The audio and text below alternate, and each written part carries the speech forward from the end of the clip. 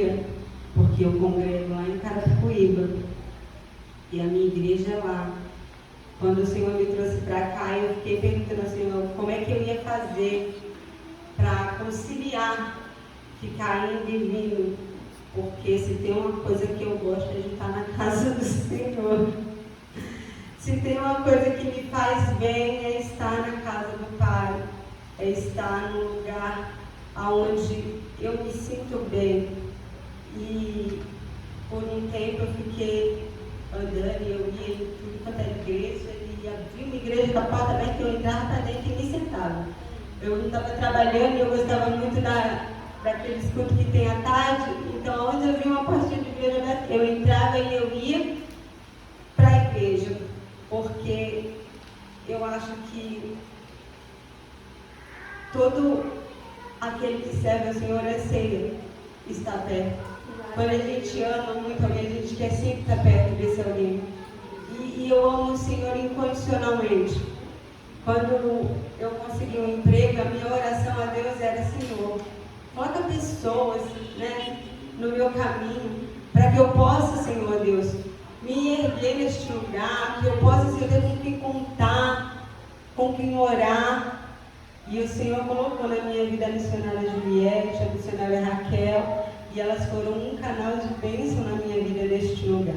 Elas entraram na minha vida de uma maneira muito surpreendente, no momento em que eu precisava muito. E ela me apresentou um povo, ela me apresentou vocês, me apresentou lá, e eu fui conhecer um povo. Através dela eu conheci a pastora Neia, que mora lá no mesmo condomínio onde eu moro. E aí a gente vai ser chegando, porque o povo tem que estar unido. As irmãs têm que estar unidas. A gente tem que ter com quem contar. Eu vou lá na minha igreja sempre, mas quando eu não conseguir na quinta-feira, pode ver que eu estou ali escondidinha ali no cantinho, porque eu gosto de estar cultuando, não gosto de faltar culto. O Senhor, Ele me deu essa palavra hoje pela manhã, porque hoje era no meu devocional, no grupo de obreiros da igreja, e eu orei ao Senhor quando a irmã me ligou, e eu falei assim: Senhor, se for essa palavra, que o Senhor confirme ela, se não for, me dê outra palavra. E o Senhor disse que era essa palavra mesmo, e eu vou ler com as irmãs, e eu vou compartilhar com as irmãs o livro de 1 Samuel, o seu capítulo 30, eu vou ler do verso 1 em diante.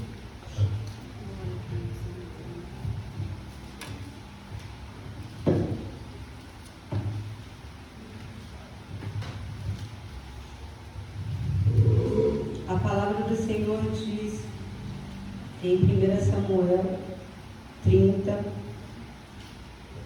assim: sucedeu, pois, que chegando Davi e os seus homens ao terceiro dia a Ziclague, já os amalequitas com impeto tinham dado sobre o sul e sobre Ziclague, e tinham ferido a Ziclague, e a tinham posto fogo, e levaram cativas as mulheres que estavam nela, porém a ninguém mataram, nem pequenos e nem grandes, tão somente os levaram consigo e foram pelo seu caminho.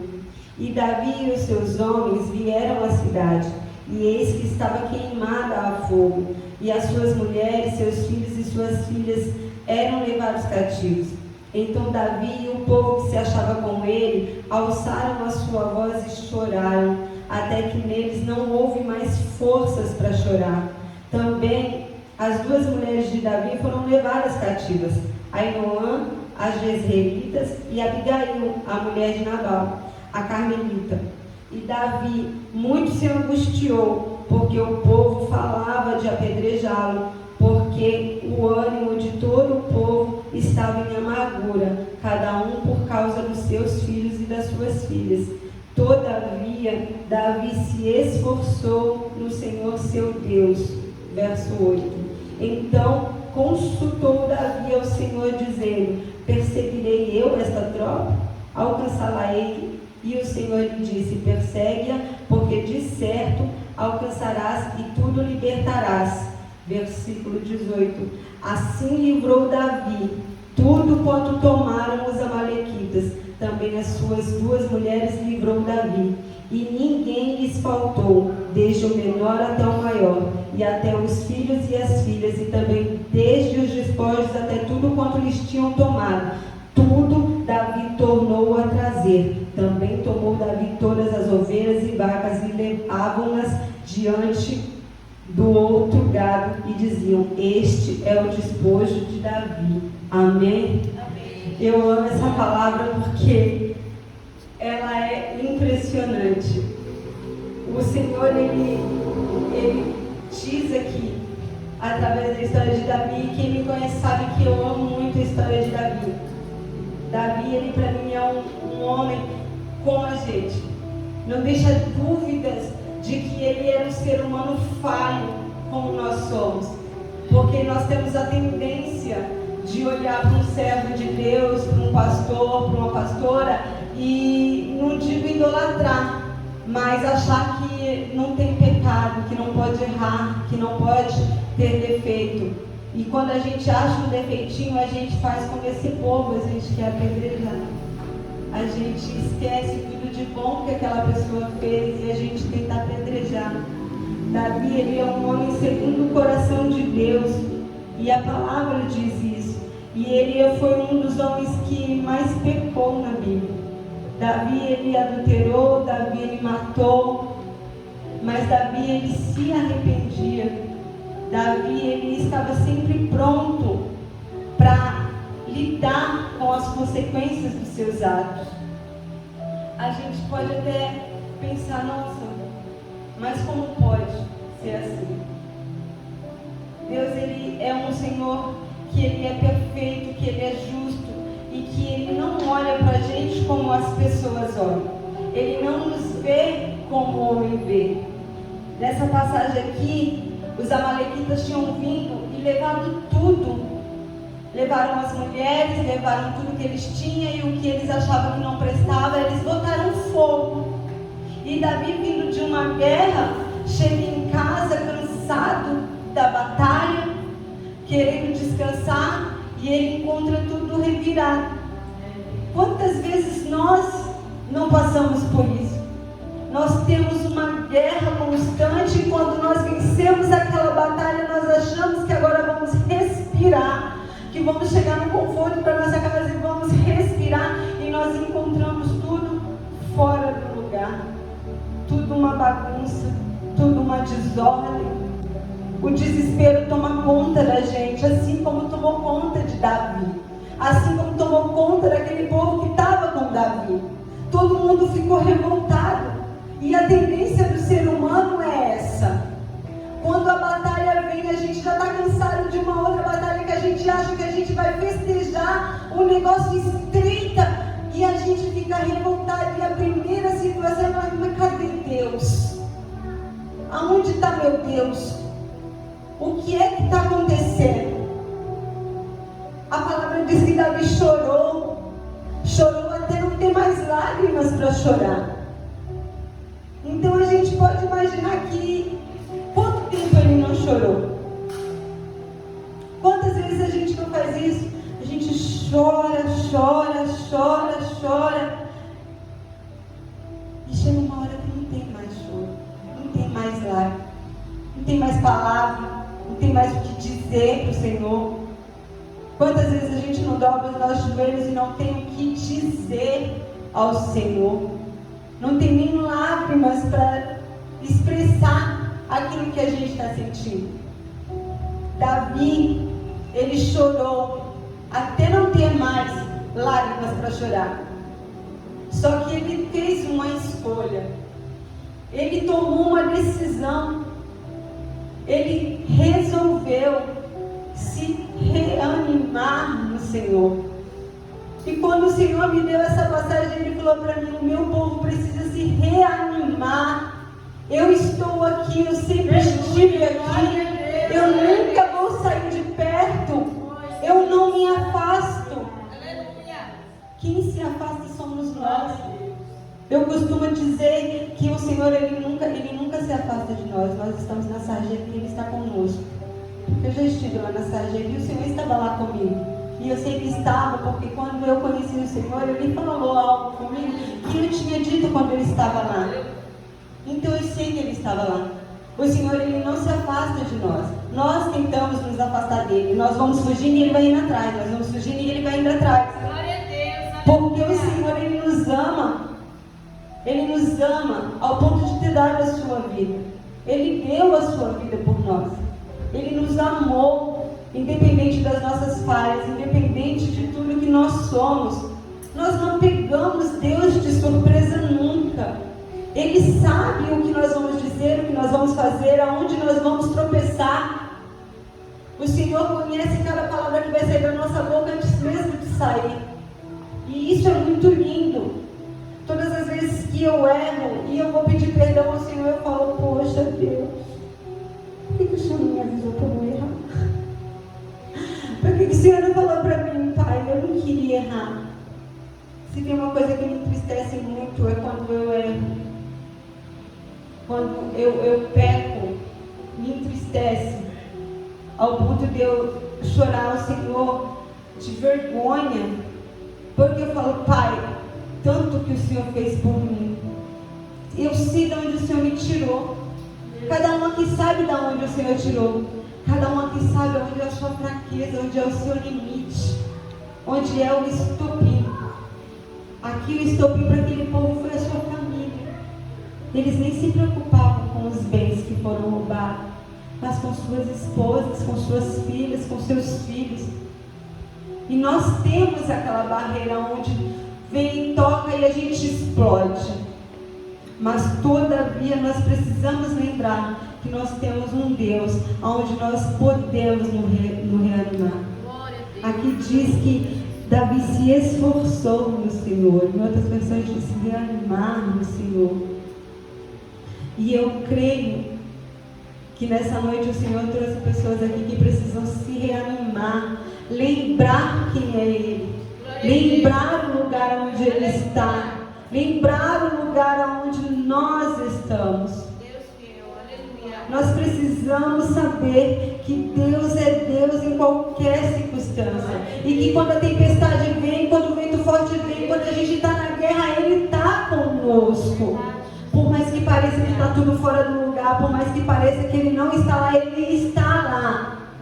Davi, ele se levantou, ele se reanimou e ele foi buscar a orientação de Deus. Ele falou, não, o que eu estou fazendo? Eu vou perguntar para Deus o que eu devo fazer. E ele foi lá no versículo 8 e foi perguntar para Deus, eu vou atrás ou não vou? Eu vou atrás ou eu fico quieta aqui? E o Senhor falou, vai, pode ir, que tudo que eles levaram você vai trazer de volta. E a palavra diz tudo. E Davi foi. E quem leu já essa passagem, vê que teve todo um trabalhar de Deus para Davi alcançar aquele povo.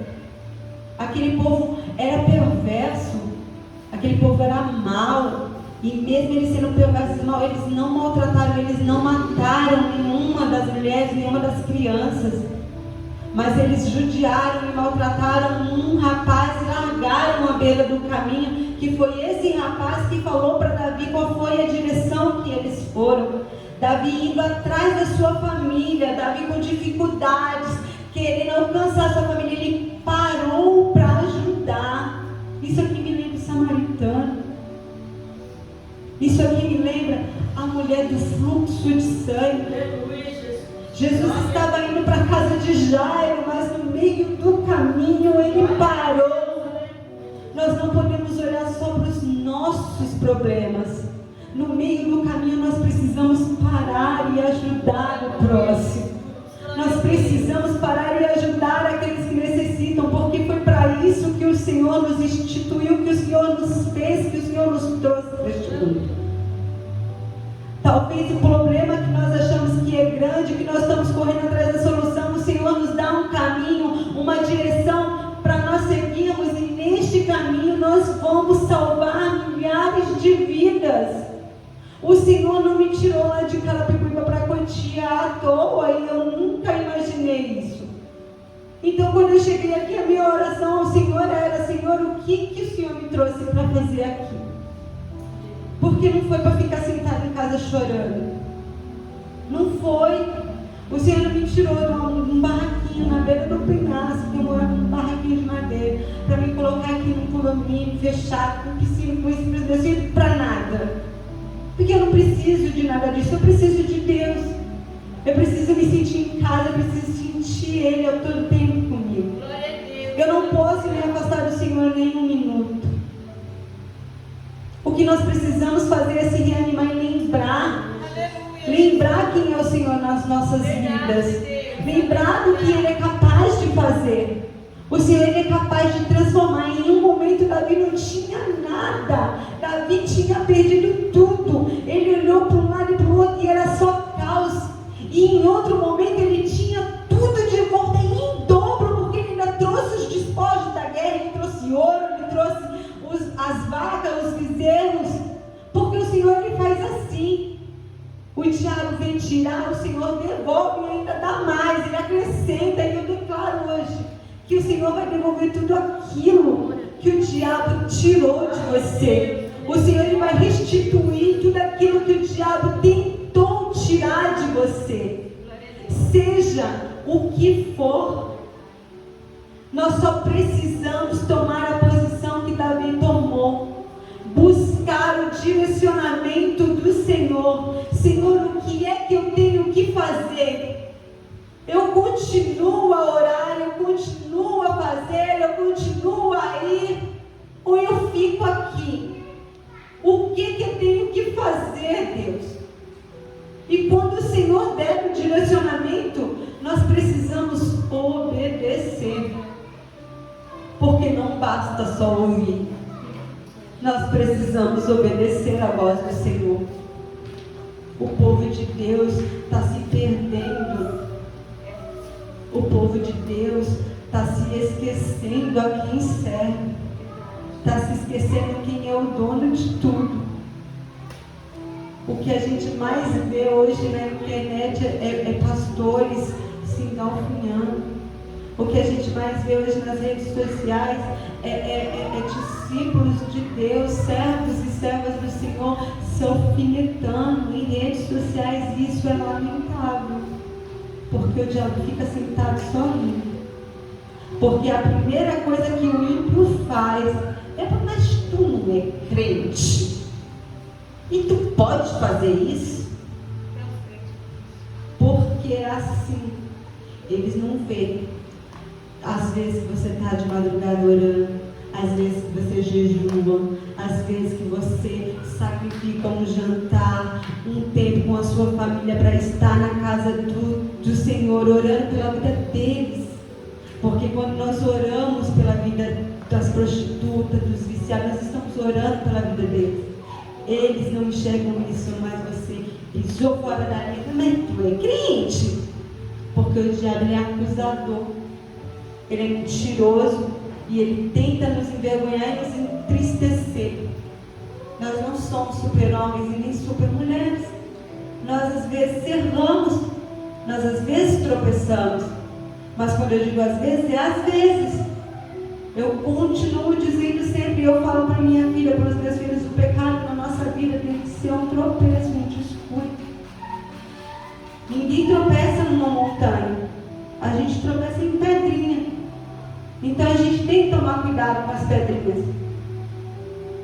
Eu ouvi um pastor dizer, eu não vou me lembrar quem foi, que disse que o Senhor, Ele entra pela porta que a gente abre e Satanás pelas brechas que a gente não fecha. Então nós precisamos aprender a orar, a pedir direcionamento, a se reerguer no Senhor. Porque o dia mal vem para todo mundo. O dia mal chega e bate na porta de todo mundo. Isso não é só comigo, não é só com você. Chega na vida de todo mundo. A tristeza, a doença, a carência. Chega e bate na porta de todo mundo.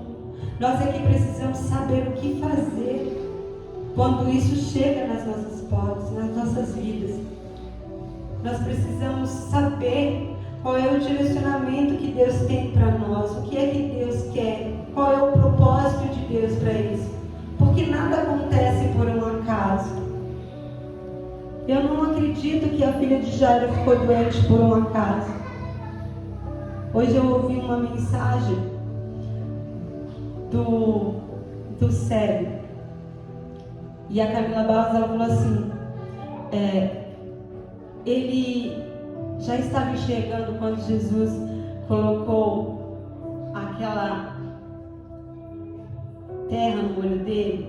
Aí ela perguntou e as pessoas ficaram assim para ela, já estava enxergando. Que curou o cego? Não foi Jesus? Não foi o que Jesus fez? Quando Jesus pediu para ele se lavar no tanque, Jesus só queria ver qual é a atitude dele. Então a nossa cura Jesus já deu. Nós é que precisamos levantar e buscá-la. A nossa cura, a nossa resposta, o Senhor já deu. Nós é que precisamos levantar e fazer o que tem que ser feito. Porque o que Deus tem que fazer, Ele faz. Mas o que é para nós fazermos, nós temos que fazer.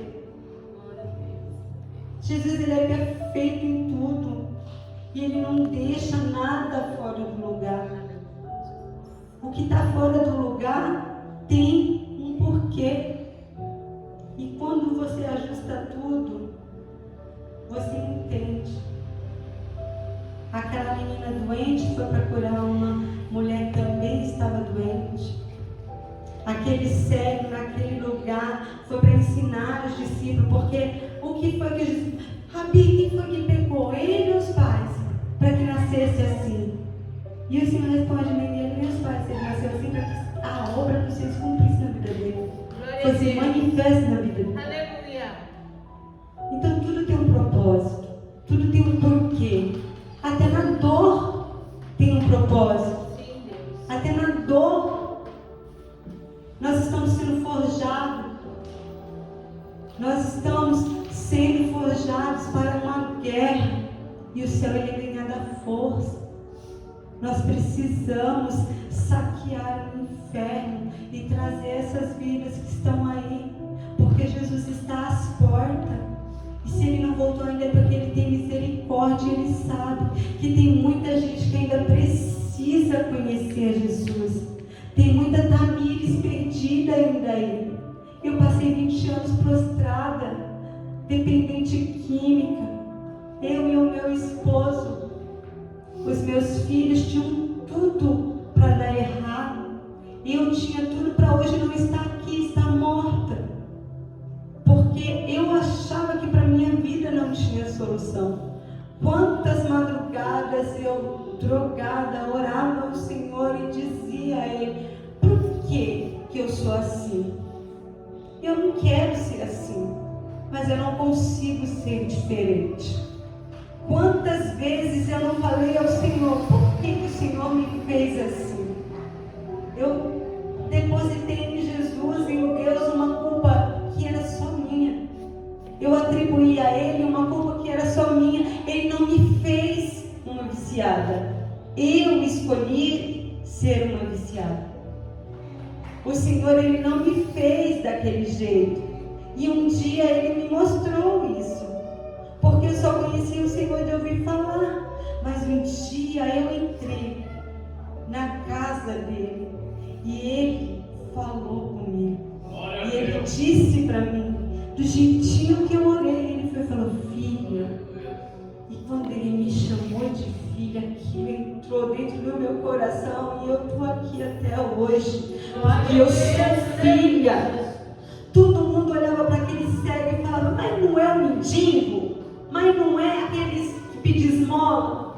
E o Senhor, quando olhou para ele, falou, homem. E o Senhor, todas as vezes que olhava para mim, eu creio que Ele dizia, é serva, é filha. Então não desanima. Não desanima. Pode parecer que não vai dar certo. Pode até parecer que é um ponto final que acabou. Mas o que para você acabou, para Deus é o começo. É através disso que Ele vai fazer o que Ele tem que fazer na sua vida. Quando para nós é um ponto final, para o Senhor é um recomeço. Então recomece a orar. Não desiste. Não desiste. Porque a oração de vocês me alcançaram, sargento. A oração de vocês alcançaram hoje é um presbítero. Nós passávamos na rua e as pessoas nos chamavam de nóia. Lá vai esses nóia. E hoje em dia nós somos, certas pessoas nos procuram pedindo oração. Quem faz isso é Deus. Nós precisamos dar valor ao que o Senhor faz, porque isso é um milagre. Eu sou um milagre. E tem muito milagre aqui. Eu creio que tem muito milagre aqui nessa igreja. É que a gente não percebe mais os milagres do Senhor. A gente não percebe mais que levantar de manhã e abrir os olhos e respirar é um milagre do Senhor. Porque no dia que Ele tirar a sua mão, que Ele desviar o seu olhar de nós, nós sucumbimos, nós morremos. Que essa palavra venha trazer ânimo. Que assim como Davi, nós venhamos se esforçar no Senhor. Que nós venhamos buscar a face de Deus. Buscar o primeiro amor. Aonde foi que deixamos o primeiro amor? Isso não deveria acabar nunca. Porque o Senhor nunca deixou de nos amar. Ele nos amou quando Ele estava fundando o mundo para nós. E Ele nos amou quando Ele deu o seu Filho para morrer por nós. E Ele continua nos amando quando Ele fica lá intercedendo por nós junto a Deus. O Senhor, Ele não desiste de nós e nós não podemos desistir dEle. Que nós venhamos se reanimar no Senhor. Que nós venhamos fazer como Davi fez. Pergunte ao Senhor: o que eu devo fazer hoje? O que eu devo fazer para melhorar isso? O que eu devo fazer, Pai, para ser um ser humano melhor, uma mãe melhor, uma serva melhor, uma discípula melhor, uma pastora melhor, um pastor melhor, um líder melhor? Nós precisamos fazer o que o Senhor nos chamou para fazer, com perfeição. Eu amo limpar a casa do Senhor. E se tem uma coisa que me entristece, eu não conseguir ir. Às vezes eu me desdobro. Eu falo: me põe na escala tal dia. Me põe sozinha mesmo. Por que ninguém vai querer esperar até a hora de eu sair do serviço para limpar? E eu vou. Nós precisamos ser gratos, ser felizes. Ninguém gosta de casa suja. Você não gosta da sua casa suja. Então seja feliz limpando a casa do Senhor, o banco do Senhor, o altar do Senhor. Seja feliz. Seja sincero, ame o seu inimigo, não deseje mal para aquela pessoa que não te quer bem. Ore por ela, jejue por ela. O Senhor não se alegra. A passagem que a irmã leu aqui é linda demais. Se você ler o contexto dela, o restante é linda demais. O Senhor fala: não deseje mal ao próximo. Não deseje mal àqueles que te desejam mal. Nós precisamos nos parecer com Cristo. Nós precisamos nos parecer com Ele. Nós precisamos nos amar e nos unir e não nos matar. Nós precisamos nos esforçar e lembrar quem foi que nos salvou. Porque todos nós estávamos cegos à beira do caminho, e Jesus passou e olhou e falou: é você mesmo, vem aqui. Todos nós um dia estávamos cegos, perdidos, e Jesus nos encontrou. Que nós possamos ser luz para essas pessoas que estão cegas à beira do caminho, para que elas enxerguem o caminho e venha para a casa do Pai, e volte para a casa do Senhor e receba-o como seu Salvador. Que nós venhamos aprender a ser como o Senhor é, a amar como Ele ama, a cuidar como Ele cuida. Eu amo Jesus, eu amo tudo que Ele faz, até o não que Ele fala, eu amo. Como é difícil receber um não, mas o não dele tem um propósito, tem um fundamento, tem um porquê. Então recebe o não de Deus com cuidado. Se Ele disse não, não fique insistindo, é não. Se Ele falou não, é porque Ele sabe, Ele conhece que nós venhamos lembrar quem é Deus na nossa vida. Ele é aquele que sabe o nosso amanhã, o nosso futuro. E se Ele sabe o que é melhor para nós. Amém? Eu vou agradecer a minha